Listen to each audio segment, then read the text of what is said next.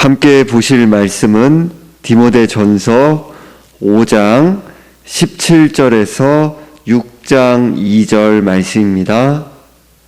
디모데전서 5장 17절에서 6장 2절 말씀입니다. 제가 가진 신약성경 341쪽에 있습니다. 디모데전서 5장 17절에서 6장 2절 말씀을 봉독하겠습니다. 잘 다스리는 장로들은 배나 존경할 자로 알되 말씀과 가르침에 수고하는 이들에게는 더욱 그리할 것이니라. 성경에 일렀으되 곡식을 밟아 떠는 소의 입에 망을 씌우지 말라 하였고 또 일꾼이 그 삭슬 받는 것은 마땅하다 하였느니라. 장로에 대한 고발은 두세 증인이 없으면 받지 말 것이요 범죄한 자들을 모든 사람 앞에서 꾸짖어 나머지 사람들로 두려워하게 하라. 하나님과 그리스도 예수와 택하심을 받은 천사들 앞에서 내가 엄히 명하노니 너는 편견이 없이 이것들을 지켜 아무 일도 불공평하게 하지 말며 아무에게나 경솔히 안수하지 말고 다른 사람의 죄에 간섭하지 말며 내 자신을 지켜 정결하게 하라. 이제부터는 물만 마시지 말고 내 위장과 자주 나는 병을 위하여는 포도주를 조금씩 쓰라. 어떤 사람들의 죄는 밝히 드러나 먼저 심판에 나아가고 어떤 사람들의 죄는 그 뒤를 따르나니 이와 같이 선행도 밝히 드러나고 그렇지 아니한 것도 숨길 수 없느니라. 무릇 멍에 아래에 있는 종들은 자기 상전들을 범사에 마땅히 공경할 자로 알지니 이는 하나님의 이름과 교훈으로 비방을 받지 않게 하려 함이라. 믿는 상전이 있는 자들은 그 상전을 형제라고 가볍게 여기지 말고 더 잘 섬기게 하라. 이는 유익을 받는 자들이 믿는 자요 사랑을 받는 자임이라. 너는 이것들을 가르치고 권하라. 아멘. 기도드리겠습니다. 하나님 아버지, 오직 그리스도를 의지함으로 주님을 사랑함으로 예배 드릴 수 있는 은혜 주심에 감사드립니다. 성령 충만함으로 드려지는 예배 될 수 있도록 도와주시고 우리 가운데 나아갈 길을 말씀을 통해 성령께서 역사하여 주셔서 깨우쳐 주옵소서. 우리 심령이 온전히 주님을 향할 수 있도록 도와주옵소서. 맡겨드리오며 우리 주 예수 그리스도의 이름으로 기도드리옵나이다. 아멘. 지난 시간에 서두에 말씀을 드린 것처럼 디모데전서 5장 1절에서 6장 2절의 문맥은 다양한 그룹을 목양하는 것에 대해 네 부분으로 나누어서 설명하고 있습니다. 5장 1절에서 2절에서 나이와 성별을 중심으로 구별하여 권면할 것을 말씀하고 있고 5장 3절에서 16절의 말씀에서는 나이 많은 여성들 중에 과부와 관련된 내용을 말씀하고 있습니다. 이어서 오늘 본문인 5장 17절에서 25절 말씀에서는 나이 많은 남자 중에 장로와 관련해서 말씀하고 있고 6장 1절에서 2절 말씀에서는 종에 관련해서 말씀하고 있습니다. 17절에서 잘 다스리는 장로들은 배나 존경할 자로 알되 말씀과 가르침에 수고하는 이들에게는 더욱 그리할 것이니라 라고 합니다. 바울은 장로의 역할을 다스리는 것과 가르치는 것으로 구분합니다. 잘 다스리는 장로는 두 배로 존경해야 한다고 하며 말씀을 전하는 일에 수고하는 장로에 대해서는 더욱 그리해야 한다고 합니다. 거짓 교사들의 잘못된 교훈이 사람들의 관심을 끌던 당시의 상황에서 장로들이 바로 서서 공동체를 잘 다스리고 가르치는 장로인 목사가 말씀을 바르게 선포하고 가르치는 일이 절실했습니다. 오늘날도 마찬가지인 것이죠. 18절에서 성경에 일렀으되 곡식을 밟아 떠는 소의 입에 망을 씌우지 말라 하였고 또 일꾼이 그 삭슬 받는 것은 마땅하다 하였느니라 라고 합니다. 바울은 신명기 25장 4절 말씀과 누가복음 10장 7절 말씀을 인용하고 있습니다. 소의 입에 망을 씌우는 것은 일하는 소가 떨고 있는 곡식을 먹는 것을 방지하기 위한 것입니다. 그것은 정당하지 않은 것이었습니다. 곡식을 밟아 떠는 소가 곡식을 적절하게 먹는 것은 노동하는 소에게 마땅히 주어져야 할 것이기 때문입니다. 바울은 이에 빗대어 바른 교훈을 가르치기 위해 생업을 마다하고 몰두하는 장로, 즉 말씀의 사역자들의 사례가 지원되어야 함을 말씀합니다. 교역자가 사례를 받는 것은 단순히 생존 문제 자체에만 국한되는 것이 아닙니다. 교회가 교역자에게 사례를 지원하는 것은 교역자가 개인적인 취향이나 목적에 따라 자신의 마음대로 사역하지 못하게 하는 방도의 의미도 담겨져 있습니다. 물론 하나님을 경외하는 참된 교회를 염두하면서 드리는 말씀입니다. 교역자는 정통 교회의 교리에 따라 말씀을 선포하며 가르치는 사역을 감당해야 할 의무가 있습니다. 19절에서 20절에서 장로에 대한 고발은 두세 증인이 없으면 받지 말 것이요 범죄한 자들을 모든 사람 앞에서 꾸짖어 나머지 사람들로 두려워하게 하라라고 합니다. 바울은 목사와 장로에 대한 고발 문제를 다루고 있습니다. 바울은 앞으로 교회 지도자들에게 심각한 문제가 발생할 것을 내다보고 방비책을 세워두고 있습니다. 하지만 장로에 대한 고발과 관련하여 조심하라는 주의를 주고 있습니다. 장로에 대한 고발은 두세 증인이 없으면 받지 말라고 합니다. 신명기 19장 15절 말씀을 비롯한 구약의 두세 증인의 원칙을 신약의 상황에서도 적용하고 있습니다. 두세라는 숫자는 꼭 두 사람이나 세 사람을 가리키는 것이 아니라 최소한의 복수를 의미합니다. 목사와 장로를 고발할 때에는 적어도 성도들 사이에 납득할 만한 의견 일치가 있어야 한다는 뜻입니다. 또한 증인이란 말은 성경에서 어떤 일에 목숨을 걸 정도로 책임이 있다는 아주 심각한 뜻을 갖고 있습니다. 목사와 장로를 고발하는 문제에 있어서 가볍게 접근해서는 안 된다는 의미를 보여줍니다. 칼빈은 어느 누구보다도 경건한 교사들이야말로 모함과 모욕의 위험에 노출되어 있다라고 말했습니다. 왜냐하면 복음의 원수는 종종 복음 사역자에게 복수를 행하기 때문입니다. 명예를 손상시키고자 하는 움직임은 지도자의 사역을 완전히 파괴할 수 있습니다. 따라서 목사와 장로에 대한 고발에 대해서 신중함이 요구됩니다. 바울은 목사와 장로에 대한 고발을 말하면서 범죄한 자들을 모든 사람 앞에서 꾸짖어 나머지 사람들로 두려워하게 하라라고 합니다. 목사와 장로에 대한 잘못은 가볍게 다루어져서는 안 됩니다. 목사와 장로는 영향력 있는 위치에 있기 때문에 죄가 드러날 경우 더욱 엄하게 다스려야 합니다.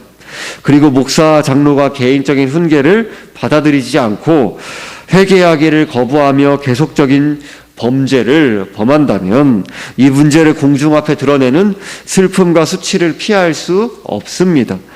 공개적인 범죄에 대한 책망은 당사자가 다시 범죄하는 것을 두렵게 생각하게 만들 뿐 아니라 다른 사람들도 범죄를 두려워하는 효과를 일으킵니다.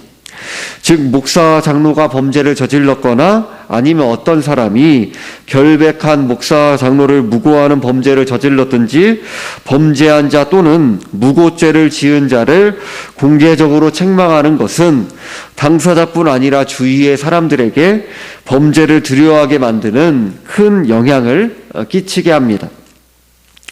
바울은 19절과 20절 말씀을 통해 디모데에게 엉터리 소송에 귀를 기울여서도 안 되고 또 심각한 상황을 심각하게 처리하는 것을 거부해서도 안 된다는 사실을 가르치고 있습니다. 고발의 문제에 대해서는 조심스럽게 그리고 책망에 있어서는 담대하게 행하며 디모데가 신중하고도 공정할 것을 교훈합니다. 21절에서 하나님과 그리스도 예수와 택하심을 받은 천사들 앞에서 내가 엄히 명하노니 너는 편견이 없이 이것들을 지켜 아무 일도 불공평하게 하지 말며 라고 합니다. 21절은 교회의 리더가 교회에서 복잡하고 예민한 문제를 다루는 데 있어서 꼭 기억해야 하는 핵심 원리를 보여줍니다. 교회의 리더는 어려운 문제를 해결할 때에 편견이나 선입견을 없애고 어떤 편에도 서지 않는 확고한 중심을 갖고 있어야 합니다. 바울은 하나님과 그리스도 예수와 택하심을 받은 천사들 앞에서 내가 엄히 명하노니라고 합니다. 디모데와 그 본서신의 독자들이 이 원칙을 분명하게 지켜야 한다는 사실을 강조하고 있습니다. 바울은 편견과 불공평이 없어야 한다고 합니다. 편견이란 원문에서 편견과 선입견의 의미를 갖습니다. 즉 어떤 일을 처리하기 전에 이미 정해지고 굳어진 입장을 취하고 있다는 뜻입니다. 또 이 단어에는 어떤 견해가 굽어진 견해일 때에도 잘못된 입장을 고집하는 모습의 의미를 담고 있습니다. 그리고 불공평이란 어떤 편에 속해서 그 편을 무조건 돕는 모습을 가리킵니다. 본문의 문맥에서는 19절에서 20절과 같이 목사와 장로를 고발하는 것 같은 예민한 문제를 다루는 일과 관련되어 편견과 불공평이 쓰이고 있습니다. 만약 계속 죄를 짓는 목사, 장로를 엄히 다루지 않고 방치하면 파당을 만드는 결과를 가져온다라는 것을 가리킵니다. 또한 바울은 목사, 장로와 관련해서 한편으로는 교회 안에서 목사, 장로들을 지나치게 비판하려는 성향을 가진 편견이 생길 수 있고, 다른 한편으로는 목사 장로들이 지나친 특혜를 누려온 불공평이 생길 수 있는 양면성이 있는데 두 가지를 모두 경계하고 있습니다. 21절에서 말씀하는 편견과 선입견과 불공평과 파당의 문제는 교회뿐만 아니라 신자들이 일상을 살아가는 모든 사회와 공동체 속에서도 나타나는 문제입니다. 자신이 속한 곳에서 신자는 편견과 선입견과 불공평과 파당을 없애는 데 있어서 본이 되어야 합니다. 22절에서 아무에게나 경솔히 안수하지 말고 다른 사람의 죄에 간섭하지 말며 내 자신을 지켜 정결하게 하라라고 합니다. 바울은 디모데가 경솔한 안수를 하지 않도록 명령합니다. 21절에서 엄히 명하노니라는 말씀에서 연속되는 명령입니다. 목사, 장로와 안수 집사를 세우는 데 있어서 시행되는 안수는 경솔하게 이루어져서는 절대 안 됩니다. 안수의 근본적인 의미에 역사 가운데 진행되는 지상교회의 상속에 연관되는 의미가 담겨져 있기 때문입니다. 교회가 성경에 기록된 교훈을 무시하고 아무렇게나 안수한다면 그것 자체로 하나님 앞에 무서운 죄가 됩니다. 그 결과 교회를 어지럽히는 일을 행한 것이 되기 때문입니다. 온 성도들 또한 이러한 의미를 기억하고 그 중요성을 마음에 새겨야 합니다. 역사 가운데 존재하는 지상교회를 올바르게 보존하는 실제적인 중요한 방편이 되기 때문입니다. 이 사실을 가볍게 여긴다면 교회는 쉽게 세속화되고 거룩한 본질을 상실하게 될 것입니다. 22절에서 다른 사람의 죄에 간섭하지 말며라는 말씀에서 다른 사람의 죄에 간섭하는 것은 다른 사람이 짓는 죄에 상당한 수준으로 참여하는 것을 의미합니다. 처음에는 남의 죄를 바르게 하려는 의도로 참여했다가 오히려 물들어버린 경우일 수도 있고, 겉으로는 죄를 비판하는데 실제로는 자신도 내심 그 죄를 동경하는 경우일 수도 있습니다. 죄는 그만큼 영향력이 막대하기 때문입니다. 다른 사람의 죄에 간섭하지 말며라는 말씀은 권징을 하지 말라는 의미가 아닙니다. 자기의 죄를 간과하고 깨닫지 못한 채 남의 죄를 살피며 간섭하는 일을 하지 말라는 것입니다. 이는 권징 사역과는 다른 것입니다. 일부러 다른 성도들의 죄를 찾아내려고 애쓰는 것과 밀접하게 연관되는 것입니다. 자칫하면 자신의 죄는 못 보고 자고하는 교만의 오류에 빠지게 될 수 있습니다. 따라서 중요한 것은 죄로부터 자신을 지켜 정결하게 보존하는 것입니다. 성령의 도우시는 은혜를 간구하며 죄를 치열하게 죽이고 멀리하며 깨어서 자신을 정결하게 지키기에 그것을 위해 간구하고 힘쓰는 일은 매우 중요한 것입니다. 특히 장로와 말씀을 선포하며 성도들을 목양하는 목사는, 교역자는 항상 이에 대해 깊이 명심해야 합니다. 23절에서 이제부터는 물만 마시지 말고 내 위장과 자주 나는 병을 위하여는 포도주를 조금씩 쓰라라고 합니다. 디모데는 위장이 약했고 몸에 자주 병이 났던 것으로 보입니다. 바울은 디모데에게 약용으로 약간의 포도주를 사용하라고 합니다. 물론 본문의 의미는 성도들에게 음주를 권장하는 의미가 아닙니다. 본문에서 디모데가 건강하지 않았다는 것은 하나님을 잘 믿는 사람이라고 해서 무조건 건강하게 되는 것은 아니라는 사실을 보여줍니다. 바울 또한 건강에 상당한 어려움을 겪으며 사역을 감당했습니다. 이러한 부분들을 살펴볼 때 예수를 잘 믿으면 질병이 낫고 건강하게 사는 복을 누리게 된다는 말은 옳지 않다는 사실을 알 수 있습니다. 24절에서 25절에서 어떤 사람들의 죄는 밝히 드러나 먼저 심판에 나아가고 어떤 사람들의 죄는 그 뒤를 따르나니 이와 같이 선행도 밝히 드러나고 그렇지 아니한 것도 숨길 수 없느니라라고 합니다. 바울은 죄도 밝히 드러날 것이고 선행도 밝히 드러날 것이라고 합니다. 결코 비밀이는 없습니다. 죄와 선이 밝히 드러날 것이라는 말씀을 통해 바울은 심판 사상을 가르치고 있습니다. 그래서 바울은 심판에 나아간다라고 합니다. 죄든지 선이든지 하나님의 심판에 따라서 가장 적절한 보응을 받게 된다는 것입니다. 혹 지금 다 드러나지 않은 것도 언젠가는 모두 드러날 때가 있을 것입니다. 코람데오의 신앙 그리고 하나님의 절대 주권을 인정하는 신앙의 바탕에는 죄와 선행이 모두 하나님 앞에 그대로 밝히 드러난다는 바로 그 사실이 전제되어 있습니다.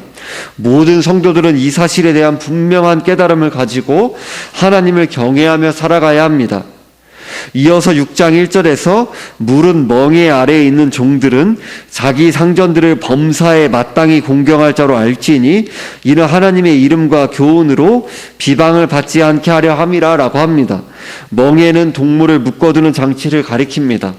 멍에는 종들과 관련해서 노예의 의미를 가집니다. 바울은 종들이 자기 상전들을 범사에 마땅히 공경하라고 합니다.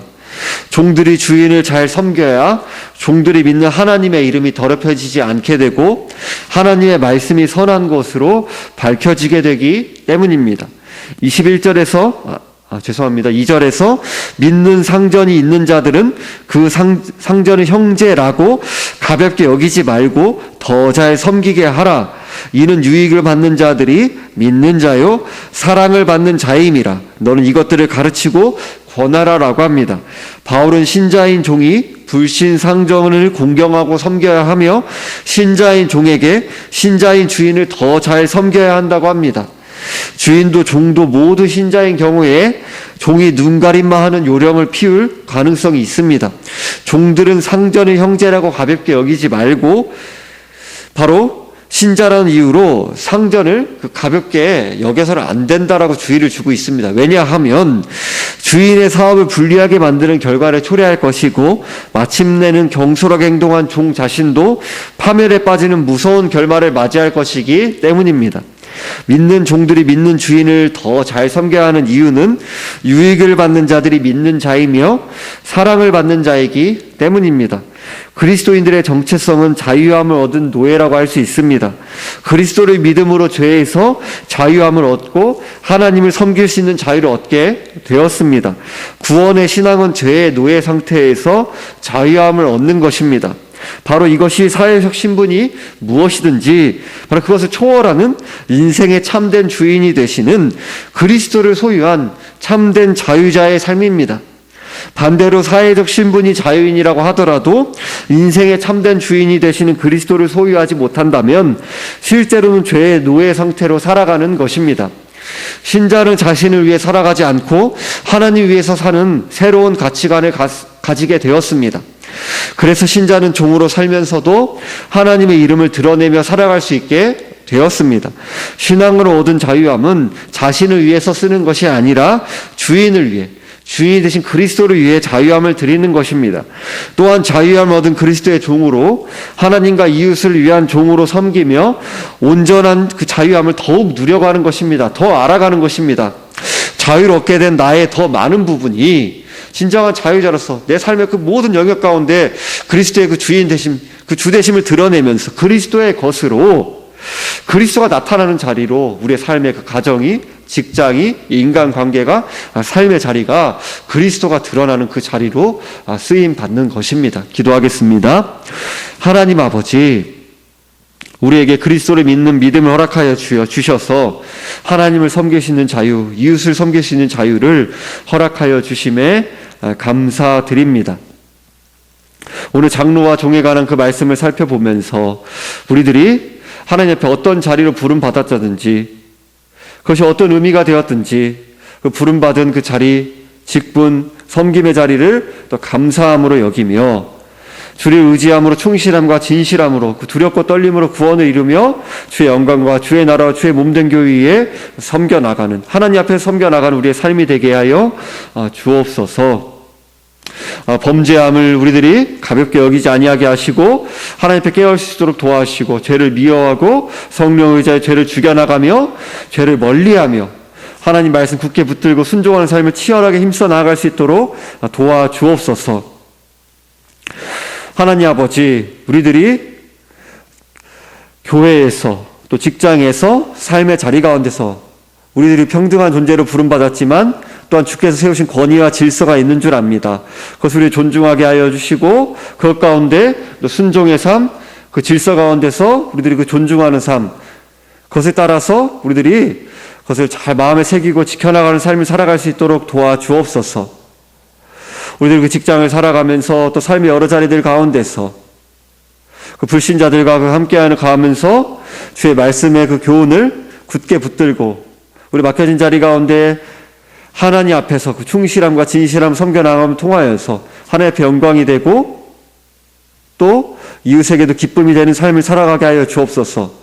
우리 교회에서 또 직장의 자리에서 삶의 자리 가운데서 주께서 세우신 권위와 질서를 존중하면서 또 순종하면서, 심지어 나의 위에 있는 사람이 신자라고 한다 하여 업신 여기거나 가볍게 여기지 아니하고 눈가림을 행하지 아니하고 더욱 사랑함으로, 더욱 존경함으로, 더욱 존중함으로, 더욱 그 말씀을 붙듦으로 성실함과 그 충실함과 진실함으로 섬겨나가는 우리 모두가 될 수 있도록 도와주옵소서.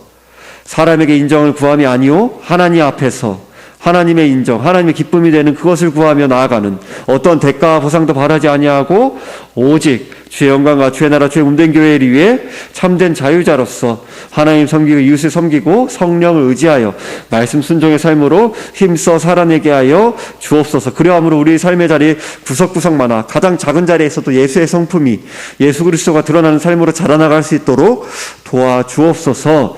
우리 삶의 여러 가지 질병과 환난과 여러 가지 압력들이 있습니다. 오직 그리스도를 의지함으로 견뎌내고 인내하며 주님을 사랑함으로 즐거워함으로 하나님의 그 선하시고 온전하시고 기뻐하시는 그 섭리를 인정하고 기꺼이 받아들이며, 우리가 부름받은 그 자리가 어떠한 자리든지 세상의 기준으로 높든지 낮든지 주목을 받는 자리든지 아니든지 어떠한 자리든지 감사함으로 기쁨으로 주님을 의지함으로 겸손함으로 주님의 마음으로, 소자에게 주님의 마음으로 주님이 우리에게 하셨듯이 사랑하고 섬기며 낮아지며 주님을 의지함으로 섬겨나가고 오직 주께 영광되는 우리의 삶이 되게 하여 주옵소서. 감사드리는 우리 주 예수 그리스도의 이름으로 기도드리옵나이다. 아멘.